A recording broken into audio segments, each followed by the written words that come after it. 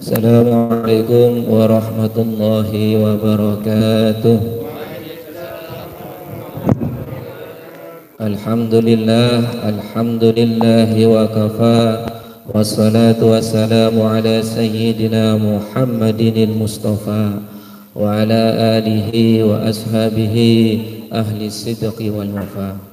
Ala rabbi syarli sadri wa yassirli amri wahlul 'uqdatam min lisani yafqahu qawli. Rabbi zidni ilman warzuqni fahma. Allahumma nawwir qalbana bi nuri hidayatika kama nawwartal arda bi nuri syamsika bi rahmatika ya arhamar rahimin. Amma ba'du.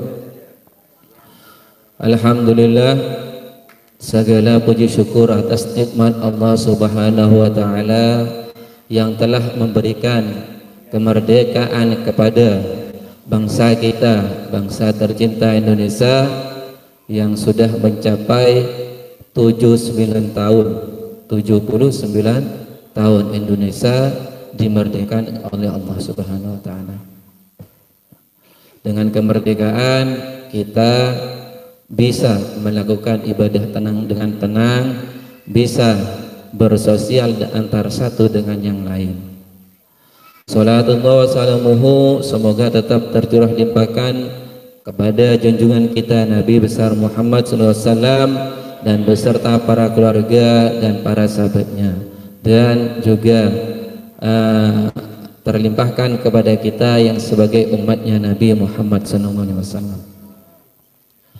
Alhamdulillah, kita menjumpai kemerdekaan ini di hari ini yang ke-79 tahun. Kemerdekaan ini tidaklah mudah dicapai oleh suatu negara tanpa adanya pengorbanan, tanpa adanya perjuangan. Pasti para pendahulu kita berjuang untuk memerdekakan bangsa ini tidaklah mudah, sampai raga nyawa pun dikorbankan untuk memerdekakan bangsa yang tercinta ini. Dan untuk merayakan kemerdekaan kita jangan terlalu lalai dengan hura-hura, sebab kemerdekaan sendiri itu mengenang jasa para pahlawan, jasa para pejuang. Kita yang lebih utama adalah memerayakan kemerdekaan bangsa adalah mendoakan para pejuang kita yang telah berjuang untuk memerdekakan bangsa ini. Kemerdekaan sejati itu bisa dicapai minimal dengan dua hal. Yang pertama, terlepas dari kezaliman. Maksudnya kita tidak boleh menzalimi satu sama lain sehingga tidak ada keterbelengguan antar satu sama lain.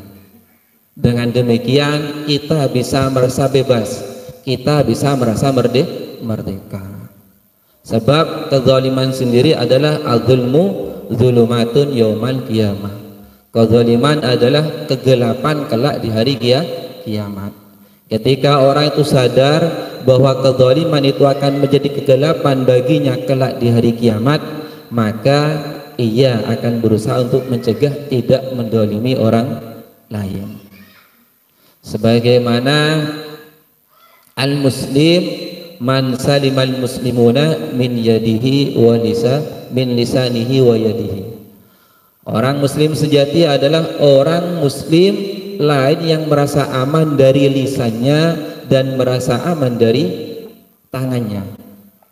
Maksudnya orang muslim sejati itu tidak mudah mencemooh orang lain, sekalipun kenyataannya begitu.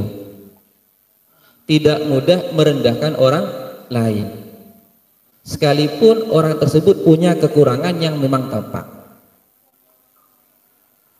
Apalagi sampai main tangan, sampai kasar kepada muslim yang lain. Ini tidak seperti itu muslim yang sejati. Dikatakan muslim sejati apabila dia bisa menjaga lisannya untuk tidak menyakiti orang lain. Bisa dikatakan muslim sejati apabila tangannya itu bisa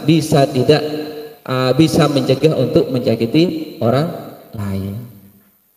Sehingga dengan menjaga keselamatan orang lain, maka individu dari rakyat ini akan merasa bebas, akan merasa merdeka. Yang kedua,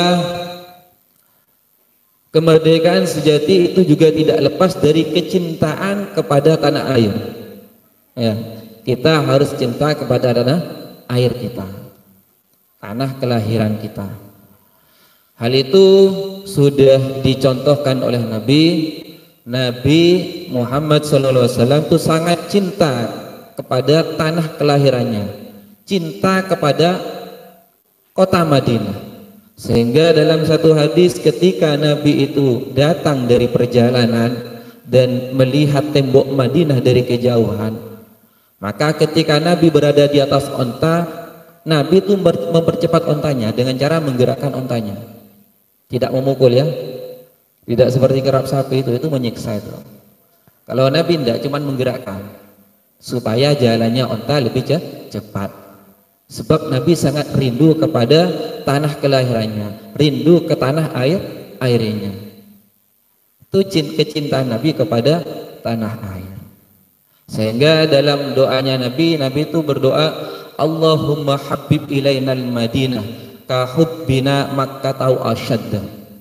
Ya Allah, cintakanlah kami ke kota Madinah sebagaimana cintanya kami kepada kota Makkah, atau lebih dari itu. Itu doanya Nabi. Makanya kemerdekaan suatu bangsa itu dipondasikan dari cinta tanah air. Sehingga dari cinta tanah air akan ada timbul hubbul waton minal iman. Cinta tanah air adalah sebagian dari kesempurnaan keimanan. Hal itu dijelaskan oleh Syekh Ali Al-Ahmadi, anna makna hubbil iman, anna makna hubbil watan minal iman, anna man yuhibbu watanahu fa innahu yas'a ila tanqiyatihi minal inhirafat.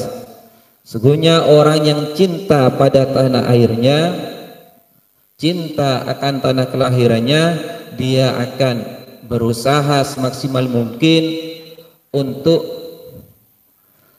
menyelamatkan tanah airnya, menyelamatkan negaranya dari suatu kegoncangan, dari suatu malapetaka. Itu arti dari cinta tanah air.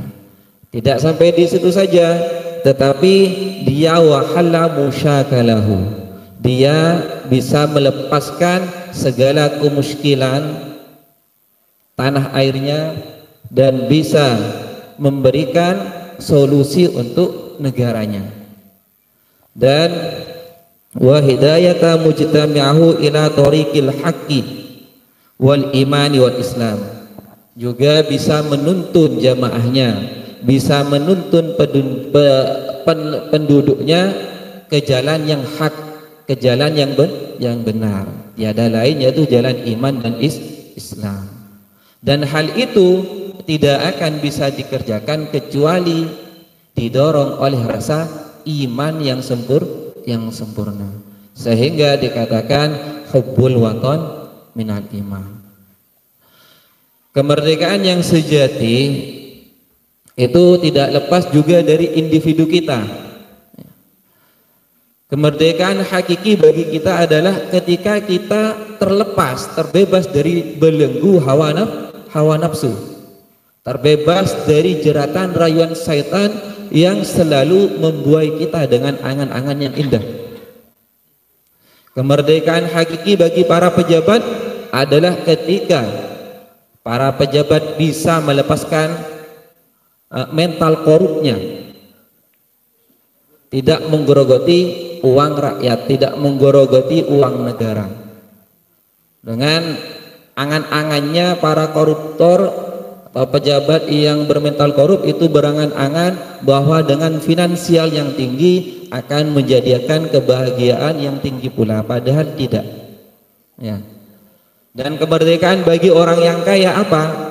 Kemerdekaan bagi orang yang kaya yang sejati adalah ketika dia tidak sombong dengan kekayaan yang diberikan oleh Allah. Ketika dia bisa mencegah merendahkan diri orang lain. Dan kemerdekaan bagi para siswa apa? Atau bagi para santri, yaitu kemerdekaan bagi para santri yang sejati ketika dia bisa melepas rasa malas dan bersemangat untuk belajar mencari ilmu. Kemerdekaan sejati bagi para dosen atau para guru itu apa? Yaitu ketika para guru, para dosen itu tiada lain kecuali berniat untuk khidmah, berniat untuk mendidik para muridnya. Dan kemerdekaan sejati bagi para tetangga itu apa? Yaitu ketika tetangga itu bisa melepas penyakit hati yang berupa iri, hasud, dengki. Maka ketika individu bisa melakukan hal yang seperti itu, bisa memaksimalkan semua upayanya, maka bangsa ini akan meraih kemerdekaan yang sejati. Ya. Semoga dengan ini kita, terutama saya sendiri, itu bisa memperjuangkan kemerdekaan yang sejati sehingga kita bisa hidup bebas dari segala kezaliman dan bisa mencintai tanah air kita. Ini yang bisa kami sampaikan, semoga bermanfaat bagi kita semua. Kurang lebihnya kami mohon maaf. Wassalamualaikum warahmatullahi wabarakatuh.